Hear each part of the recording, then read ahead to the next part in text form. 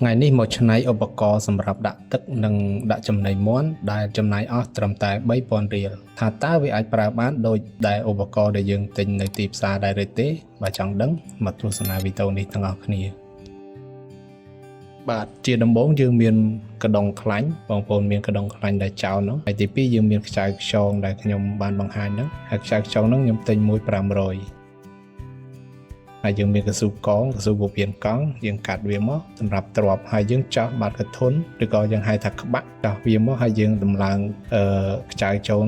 ហើយយើងដាក់កស៊ូដើម្បីទ្រាប់កុំឲ្យទឹកវាជ្រាបអានេះយើងធ្វើសម្រាប់ដាក់ទឹកបើយើងធ្វើសម្រាប់ដាក់ចំណីគឺយើងមិនបាច់ប្រើកស៊ូក៏បានដែរអញ្ចឹងពេលយើងចោះរួចហើយតោះមកយើងដាក់ខ្ចៅត្រនាប់ម្ដងហើយយើងមូលខ្ចៅវាឲ្យណែនមកហើយយើងចោះកដុង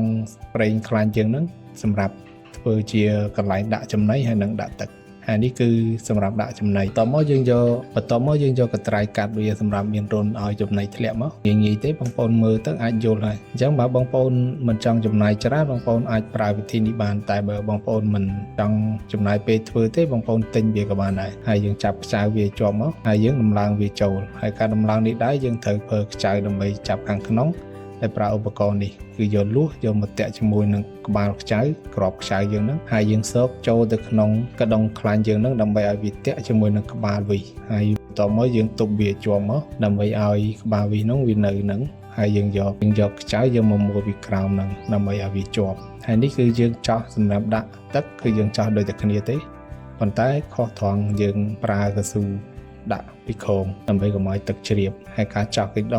ដុងខ្លាញ់គឺចោះខុសគ្នាដែរគឺយើងចោះតែរុនមួយតែប៉ុណ្ណោះបើដាក់ចំណីមាន់គឺយើងចោះរុនច្រើនដើម្បីឲ្យចំណីវាធ្លាក់មកបានសព្វល្អហើយនេះយើងចោះរុនសម្រាប់ដាក់ទឹកឲ្យទឹកវាជ្រាបបងប្អូនអាចចោះកាត់ក្រោមជាងនឹងក៏បានដែរហើយរុនគឺទូចល្មមមកហើយមិនបាច់ដាក់ច្រើនទេហើយយើងតម្លើងខ្ចៅចូលដោយតែពីមុនដែរហ្នឹងខុសគ្នាត្រង់ថាចោះរុនតែប៉ុណ្ណោះគឺលំនាំវាដូចគ្នាទាំងស្រុងអត់មានខុសគ្នាទេខុសត្រង់ថាចោះរុនតែប៉ុណ្ណឹងយើងចាប់ខ្ចៅដូចមុនដែរដាក់ខ្ចៅឲ្យនឹងមកបាទសង្ឃឹមថាបងប្អូននឹងយល់ពីវិធីធ្វើនេះគឺយើងគ្រាន់តែចាប់ខ្ចៅវានឹងមកហើយយើងយកកូនសោយកមូលហើយនេះគឺកម្របលើយើងដាក់តាក់ជា